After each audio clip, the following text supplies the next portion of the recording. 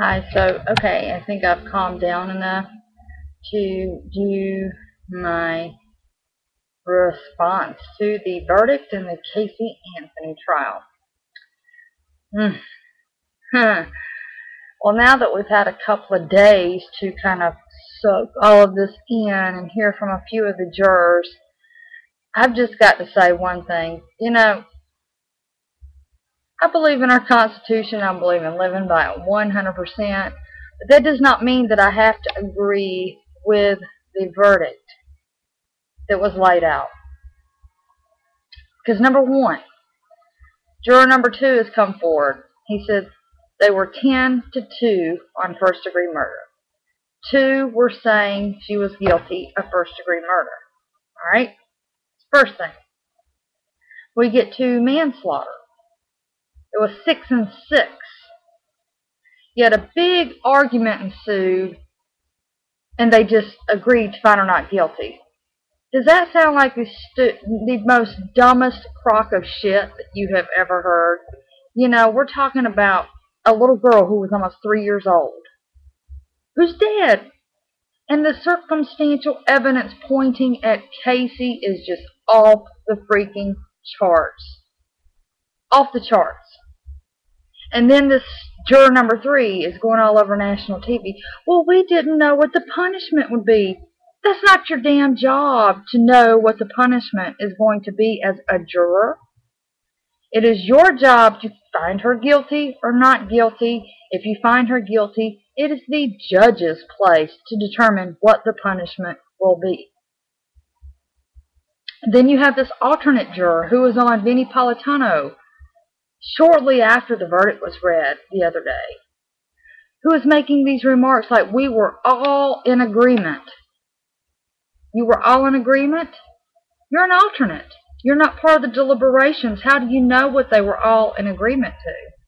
So that makes me wonder, were they really talking to each other outside of court after they were told every single damn day? Every time they were taking a smoke break, they took their lunch break, and when they were released to go home for the day, the judge told them do not discuss the trial amongst themselves. So hearing that remark automatically makes you think, what was really going on? And then we have juror number 3 who was on TV earlier. I can't remember which show it was.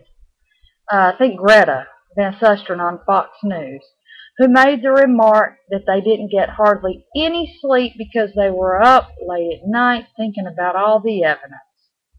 Really? So in other words, what you're saying is all of you were half asleep in court each day, which means there's no way, if you're sleep deprived, you can absorb everything that you're hearing in court each day. Yet they did not ask to see one damn shred of evidence during deliberations. There was other evidence that was not shown during the trial that they did not ask to look at.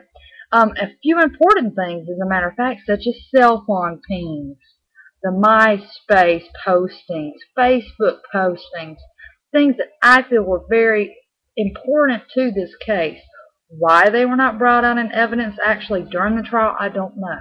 But they were there at their disposal. All they had to do was ask for it. Okay. So let's say you could not come to an agreement on first degree. What about second and third degree murder? You know, those are, I believe, things that they could have still gone home over. I think they only would have had to stay if they would have found her guilty on first degree. Because then they would have to take the vote again after that guilty verdict was handed down on whether they wanted life without parole or the death penalty. But from my understanding, everything else, they would have found her guilty. They could have took their asses on back, and that man could have made his damn cruise. I hope he's having one hell of a time on that cruise. Let me tell you, he better be having the time of his freaking life. Alright, and then you got other jurors that the taxpayers are paying to send to Disney World and stuff. And another thing that pisses me off, you got this one juror who's holding out for the biggest offer before he speaks. Now, how does that make them any better than anybody else that's making money off of this tragedy? Now, people can talk about the ones on the news stations all they want, but that's their job. They're getting paid for it. That's what they do. Journalists, the attorneys, judges, whoever has all these shows on TV. Some people call them talking heads, whatever you want to call them. They get paid to do this. And then juror number 3's got the gall to go on national TV on the Today Show and bash Nancy Grace. Apparently, you know what was going on before the trial to even make those remarks. Again. So, I don't get it. Okay, yes, I can see the first degree part. You know, beyond a reasonable doubt. I don't think the judge was clear enough with them what reasonable doubt was. Personally, I say she should have got first degree murder. Okay, if not that, manslaughter, child neglect, child abuse, hello? Who does not call 911 if it was an accidental drowning? Let's just say if it was. I don't believe that for one damn second, but let's just say it was an accidental drowning. You call 911. You get your child out and you try everything within your power to revive them.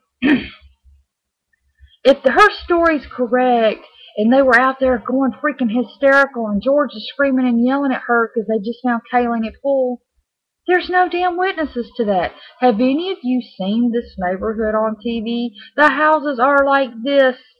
They're right up under each other. It kind of reminds me of my uncle's house in California. They're right up under each other. Small yards, small little lots. If you raise your voice, somebody's going to hear you.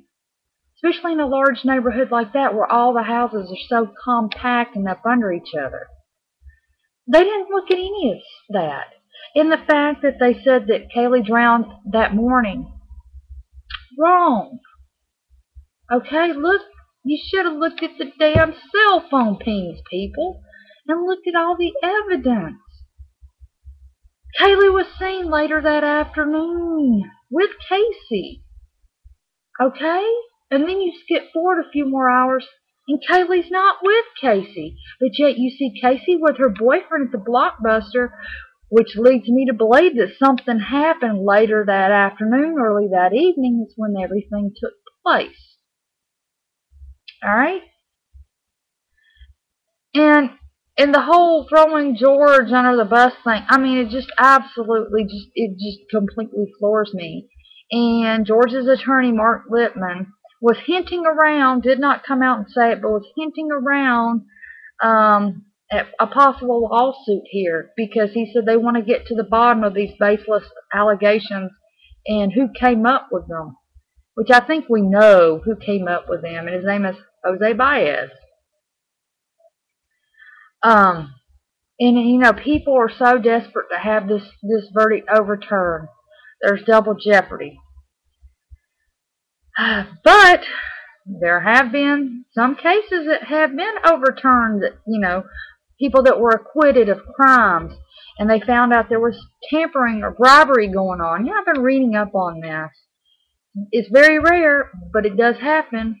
But you got to be able to prove it.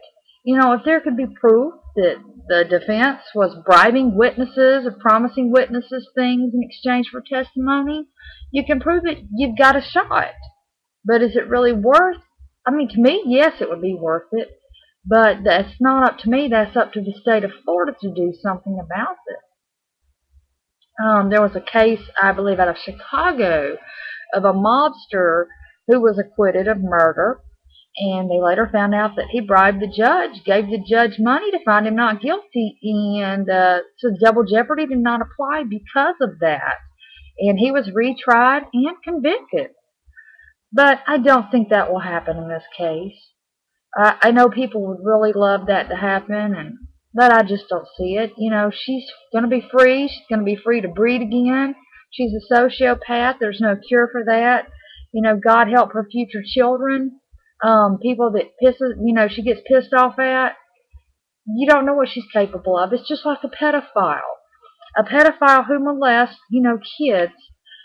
They don't get much time in prison. They're let free. They do it again. because there's no cure for that. They cannot control those impulses that they have. I know, I'm a parent of a child who was molested by a Sunday school teacher.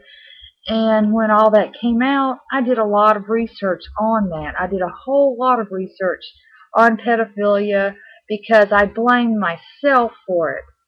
How could I let this happen as a parent? But after learning what it was all about, then I knew that it was not my fault. He was very, sweet and kind, said the right things, was always helpful to us. At the time I was working a lot of hours. My husband was out on workers' comp, had surgery. And it happened, and anger, the anger, I can't even begin to tell you. And he just got out of prison in May, by the way. He only got 5 years. Yeah, lovely. But,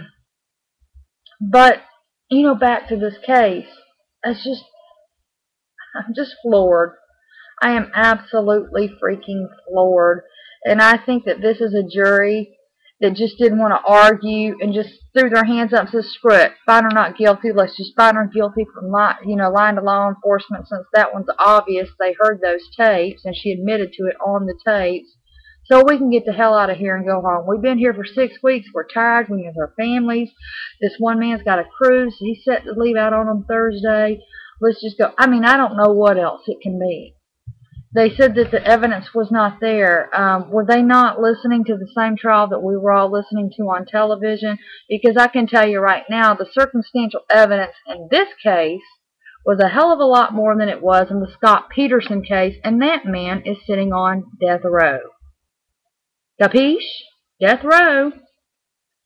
So I'm going to go because I'm starting to get worked up, but I haven't been able to do an update in 2 days because I've been so ticked off about it and upset because it's like everybody forgot about Caylee.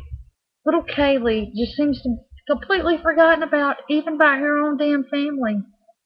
And yes, they're dysfunctional. The Anthony family is dysfunctional as hell. I will say it. They're all liars.